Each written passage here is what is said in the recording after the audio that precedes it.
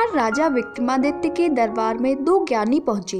उन्होंने विनम्रता के साथ राजा का अभिवादन किया। राजा ने अभिवादन स्वीकार कर कहा, हे ज्ञानियों, आपका स्वागत है। अपने आने का प्रयोजन बताएं।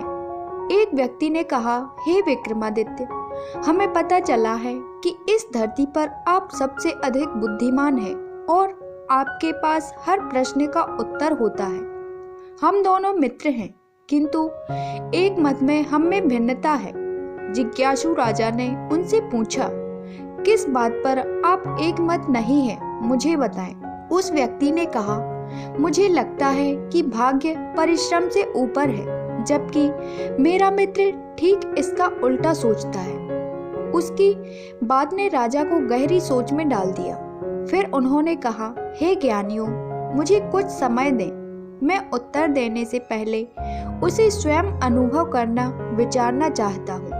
आप लोग 6 माह बाद आए। राजा को नमन कर वे दोनों ज्ञानी दरबार से चले गए। राजा विक्रमादित्य ने सोचा कि ज्ञानियों के प्रश्न का उत्तर ढूंढने के लिए मुझे जनता के बीच में जाना होगा। उन्होंने एक साधारण व्यक्ति का रूप धरा और शहर की ओर चल दिए। राजा की मुलाकात एक व्यापारी से हुई। उन्होंने उस व्यापारी के यहाँ काम करने का निश्चय किया। व्यापारी के पास जाकर राजा ने कहा, हे महात्मन, मैं बहुत दूर से काम की खोज में आया हूँ। क्या आप मुझे काम देंगे? व्यापारी ने राजा से कहा, तुम्हें किस प्रकार का काम चाहिए? किस कार्य को तुम भली भांति कर सकते हो? राजा ने उत्तर दिया, मैं परिश्रम कर सकता हूँ और कठिन परिस्थिति में सहायता कर सकता हूँ। ठीक है, तब मैं तुम्हें अच्छे पैसे दूंगा। तुम सदा मेरे साथ रहना और मेरी रक्षा करना। राजा मान गए। पूरे दिन के परिश्रम के बाद उन्हें उनका पारिश्रमिक मिला। राजा बाहर भोजन खरीदने गए। जैसे ही भोजन हाथ में आया, सामने से एक साधु भिक्षा मांगते हुए आ गया। राजा ने अपना भोजन उसे दे दिया। थके हुए राजा ने सोने का निश्चय किया। लेटकर वे सोचने लगे, आज के अनुभव के आधार पर तो लगता है कि भाग्य परिश्रम से ऊपर है। मैंने आज कठिन श्रम किया, पर मेरे अर्जित पैसे से मेरे भाग्य में भोजन नहीं लिखा था। कुछ दिन बीत गए। व्यापारी को व्यापार के सिलसिले में समुद्र मार्ग से दूसरे राज्य में जाना था। उसने अपने साथ कई कर्मचारियों को चलने के लिए कहा। विक्रमादित्य से भी उसने चलने के लिए पूछा। विक्रमादित्य राजी हो गए। मार्ग में यात्रा के समय एक भारी तूफान आया।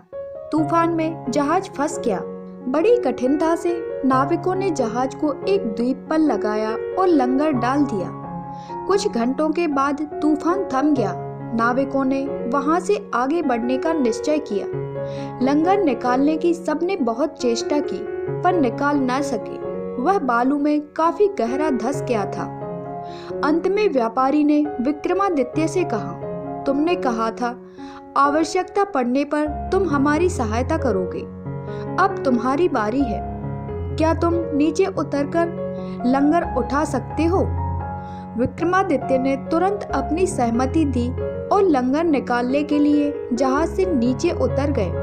उन्होंने अपनी पूरी शक्ति लगा दी, पर लंगर नहीं हिला सके। व्यापारी ने उन्हें जूझते देखा, पर वाली रस्सी ही कटवा दी और जहाज चल पड़ा। विक्रमादित्य को उसी द्वीप पर छोड़ दिया गया।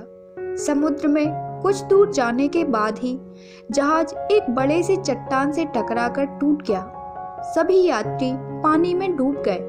विक्रमादित्य ने यह दृश्य देखकर सोचा, मेरे परिश्रम ने वास्तव में मुझे जीवन दान दिया। यदि मैं लंगर उठाने के लिए नीचे नहीं उतरता तो मैं भी उस जहाज टूटने के साथ साथ मारा जाता। कुछ समय बाद विक्रमादित्य को एक लट्ठा तैरता हुआ मिला। उस लट्ठे के सहारे वे पास के एक शहर में पहुंचे। वहां एक सज्जन ने उनका स्वागत किया और आतिथ्य सत्कार भी किया। कुछ समय वहां रहने के पश्चात विक्रमादित्य ने वापस उज्जैन जाना चाहा। जंगल के रास्ते से आते समय नदी के किनारे उन्होंने समाधि में बैठे एक साधु को देखा। उनका आशीर्वाद लेने के लिए विक्रमादित्य ने पास जाकर उन्हें नमन किया। साधु ने उनसे उनके विषय में पूछा तो राजा ने अपनी असली पहचान बता दी। साधु अत्यंत प्रसन्न हुए। उन्होंने विक्रमादित्य को एक माला और एक छड़ी देते हुए कहा, इनमें जादुई शक्ति है, तुम्हारी सभी इच्छाओं की ये दोनों पूर्ति करेंगे। साधु का धन्यवाद देकर उपहार लेकर राजा विक्रमादित्य अपने राज्य की ओर चल पड़े। रास्ते में उन्हें एक बगीचा मिला। बगीचे में दो व्यक्ति तपती धूप में काम कर रहे थे। राजा ने इस तपती धूप में कठिन परिश्रम करने का कारण जानना चाहा। उन्होंने कहा कि यह उनकी आजीविका है, यदि वे काम नहीं करेंगे तो परिवार का भरण पोषण कैसे होगा। विक्रमादित्य अपने राज्य में किसी को भी उदास देखना नहीं पसंद करते थे। उन्होंने साधु का दिया हुआ उपहार निकालकर उन दोनों व्यक्तियों को देते हुए कहा कि यह जादुई उपहार है, इसके साथ वे एक समृद्ध जीवन व्यतीत कर सकते हैं। मार्ग में फिर राजा ने सोचा, इन लोगों के कठिन परिश्रम ने इन्हें अच्छा जीवन नहीं दिया। यह तो इनका भाग्य था कि इन्हें मेरे द्वारा यह उपहार प्राप्त हो गया। अपने राज्य पहुंचकर विक्रमादित्य ने दोनों ज्ञानियों को बुलवाया। उनके आने पर विक्रमादित्य ने उनसे कहा, हे महानुभावों, जहाँ तक मेरा अनुभव है, भाग्य और परिश्रम दोनों एक दूसरे के पूरक हैं। दोनों एक दूसरे के बिना नहीं रह सकते। अतः आपको यह मेरी कहानी कैसी लगी? आपको यह मेरी कहानी पसंद आई हो तो प्लीज़ मेरे चैनल को लाइक कीजिए, सब्सक्राइब कीजिए एंड शेयर कीजिए। धन्यवाद।